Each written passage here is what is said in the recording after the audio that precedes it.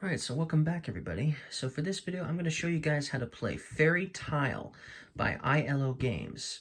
Now, this game is sort of like a fairy tale. Maybe you're trying to recount a story, so to speak. That's kind of what this game is sort of themed on. You're trying to recount a story. Maybe the knight is going to meet the dragon and kill the dragon. Maybe the dragon is going to meet the knight and kill the knight, you know? Or maybe the knight and the princess will meet and fall in love. Or, who knows, maybe the princess will make a new friend with the dragon. You just never know.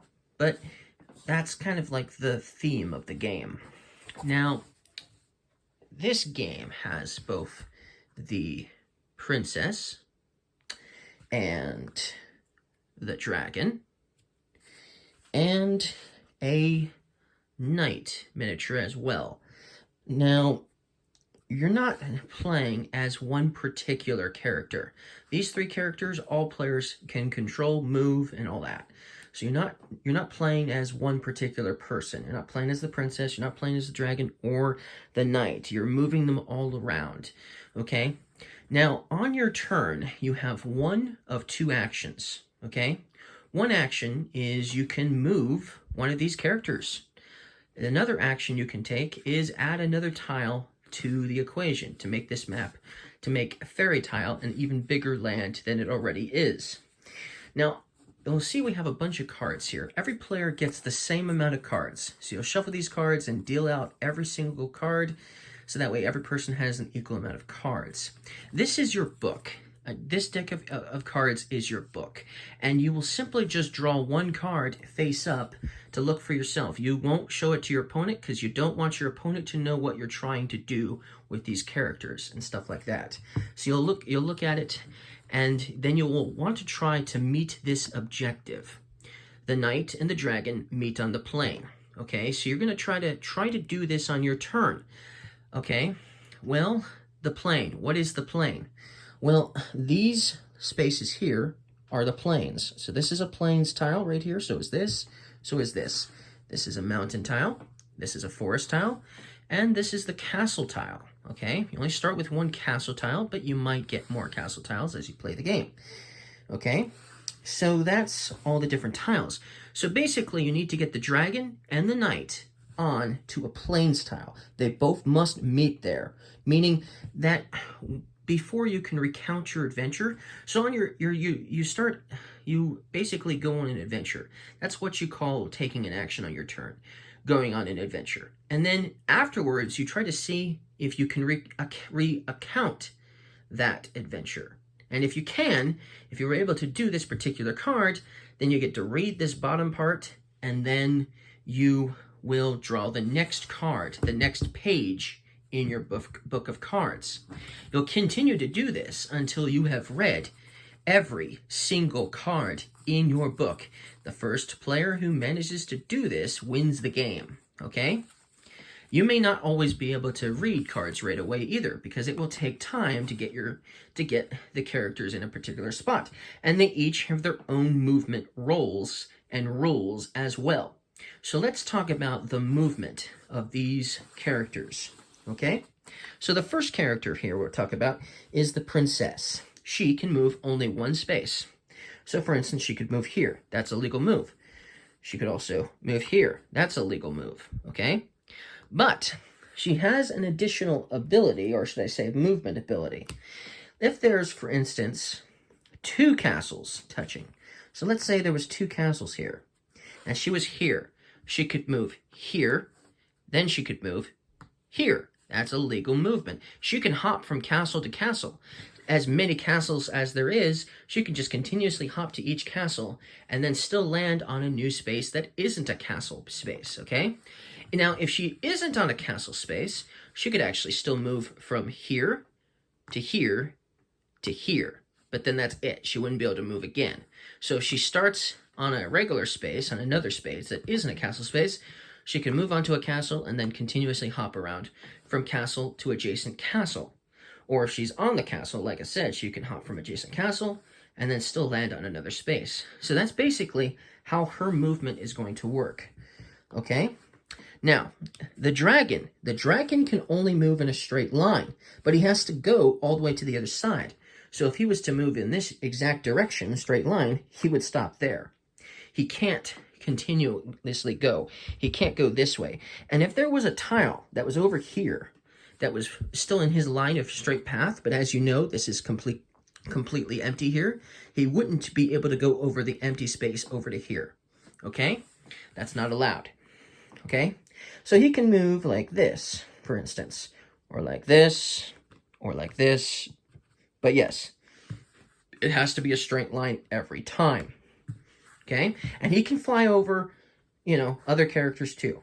Now, the knight has to move exactly 2 spaces. So you're probably thinking, ooh, if I wanted to go here, I could just go 1, 2, because that's exactly 2. Well, that's not a legal move either, because not only does he have to move 2 spaces, but the space he stops at can't be adjacent to his starting space. He also can't do something like this. 1, 2. That's also not allowed. He can't end on a space that he started at. So, for instance, if he was going to move exactly 2 spaces, he could go 1, 2. That would be a legal move. Or 1, 2. That would be a legal move. So that's basically how that's going to work. Now, all characters can land on a spot with another character. And there can be multiple. They could all be on there, on that one space. That is allowed. They can also move through characters. So, he could pass the princess and go that way. So that would be allowed. Same thing with the dragon. Same thing with the princess, although technically she usually only moves one space unless there's multiple castles to move across. But basically, that's the movement. Basically, that's how you're going to move the characters around. That's the movement rules and regulations.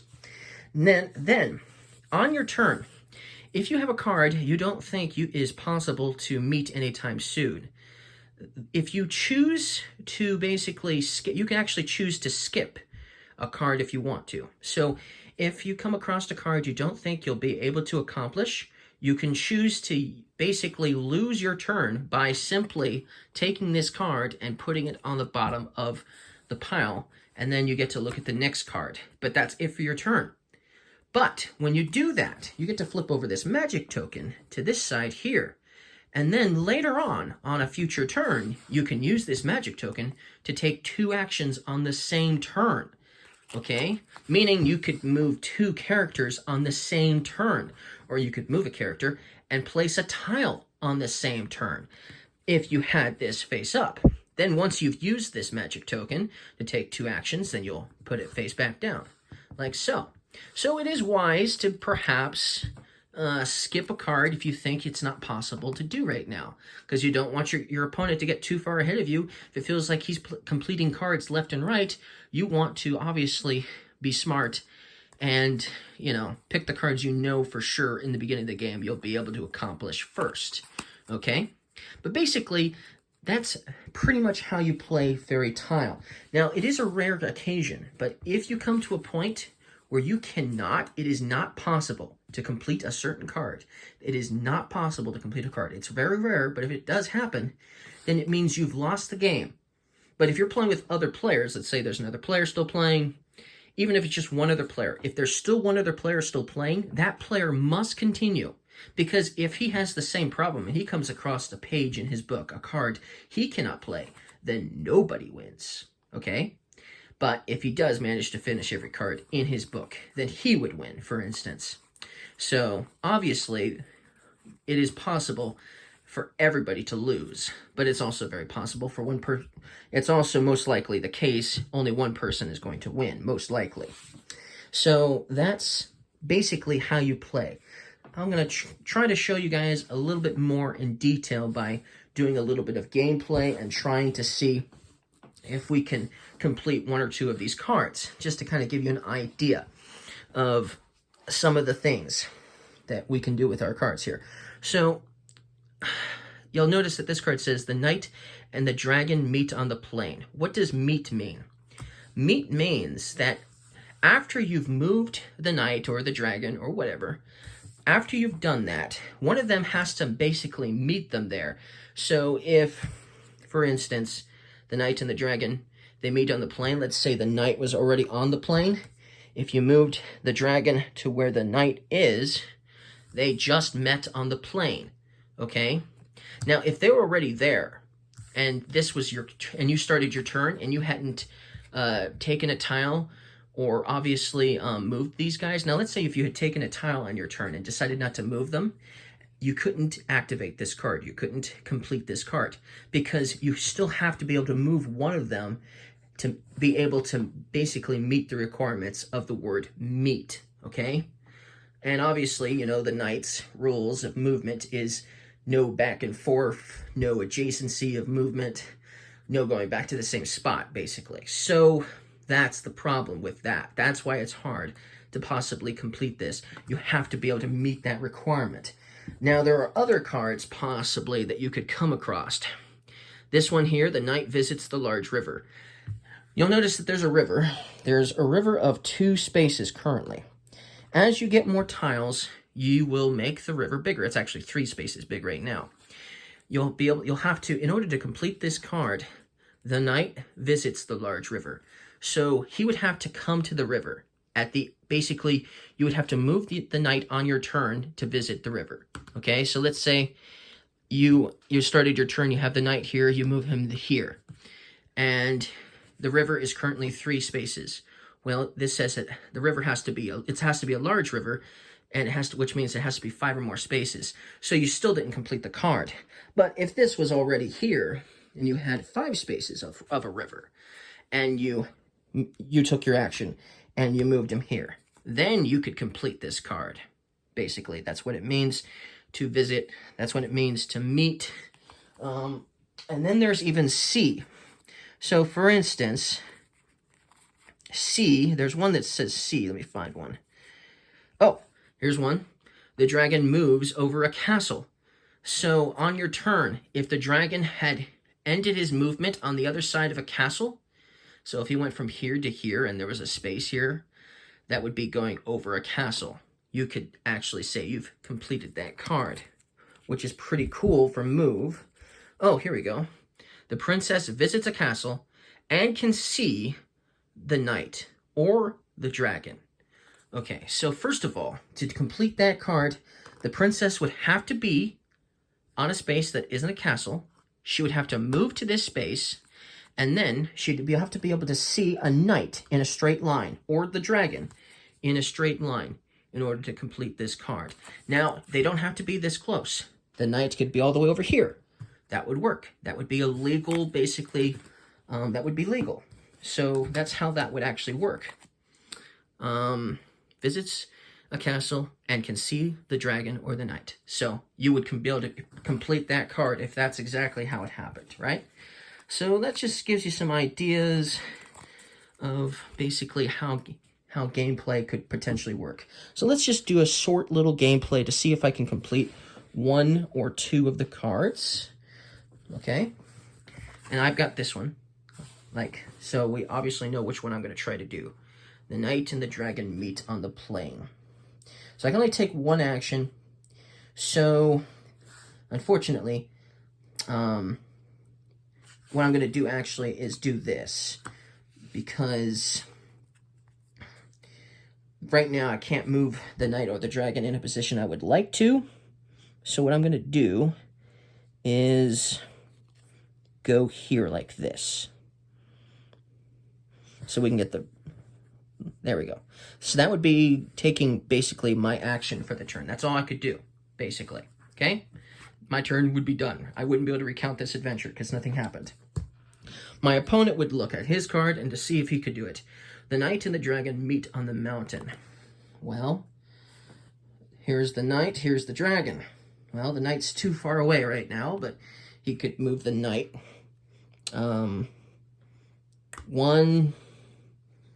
2 spaces. He could move the knight there. That would be his action to do that. He wouldn't be able to recount this adventure, though, because it hadn't happened yet. So his turn would be done. Then it would be my turn. And once again, I need to get the knight and the dragon on the same spot. And it has to be on the plane here. And you know, the knight's movement is kind of difficult. So I would move the dragon there. Okay? Then my turn would be done. I wouldn't be able to do anything else. Then my opponent would go. My opponent needs to get that dragon and the knight onto a mountain. Okay, well, let's see here. If he did this, for instance, for his action, but he can't because the river has to go in a particular spot, so... And these are double-sided, just so you know. But you can't flip them over to the other side to suit your needs, just so you know. So it has to be placed so the river continues. So there... Now, there can be multiple rivers. So, for instance, this would be a legal placement because... no, that wouldn't be a legal placement. Sorry. Hold on. Let's see. This would be a legal placement, though. And then you could have two rivers. So that would be a legal placement. Because there can be more than one river at the, in this area.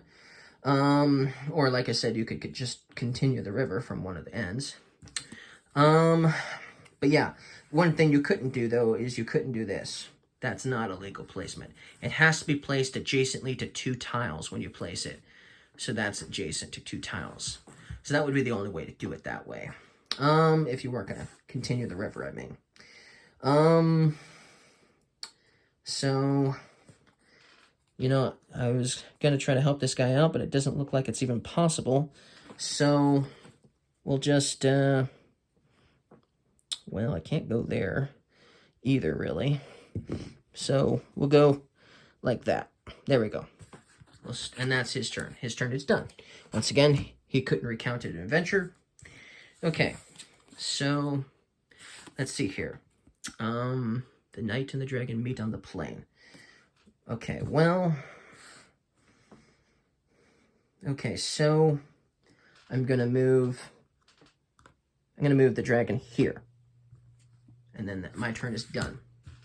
Okay, so then my opponent would go... the dragon and the knight. See, that's gonna be tough. If he goes this way, he has to stop there. So he can't complete this card. So then he'll just simply put the card under here, end his turn, and flip this over to take two actions. Okay? My turn. Okay. So now, for my action, I can move the knight 2 spaces here. And now they just met. And then you can read this. During the fight, he fell into Ulrich's trap, who then dealt the final blow. And then that would be it for that. And that's one card down. So, as you can see, it could take a while. This game could definitely take more than a half an hour. The game says it's only 30 minutes long, but honestly, I'm having a difficult time just doing one. So this game is definitely not a 30-minute game. Especially when your opponent is moving stuff around and it affects you big time. Messes you up. So, then my opponent would go... Let's see if he can do this one. The princess and the dragon meet in the plains. Okay, well, she is pretty far away from the plains. So he's gonna move the princess there. Okay? That's it for his action. His turn is done. He's not gonna take a second action because it wouldn't help him complete that card. So then it's my turn. And I have a new card. Let's see, the knight can see the dragon and the princess. Okay, he just has to be able to see both of them in a straight line. In one direction, obviously, because it's in a straight line in one direction. So, how do we get the knight and the dragon into a straight line? Let's see here. Well, I think I'll skip this one. And then flip this over. Okay, then my opponent would go, and he would take his action, and he would move the dragon here. Then he would take his second action to flip this over and move the princess here. Now, the princess and the dragon meet in the plains. And so, but a dragon's nose never fails, and she found herself imprisoned in his talons. So that's basically what happened. And he completed that card. But basically, you understand. That's basically how you play this game. I hope that explains it a little bit better. The gameplay is a little wonky for sure. Definitely a little wonky, and it's definitely hard to strategize, especially since I'm trying to strategize for more than one person. But I would imagine it would be pretty fun to play if you weren't strategizing for more than one person at the same time. Sadly, I haven't gotten a chance to play this one with somebody else as of yet. But I hope this works for you guys. I hope this helped you out, learn how to play this game, and I'll see you guys again next time. Bye!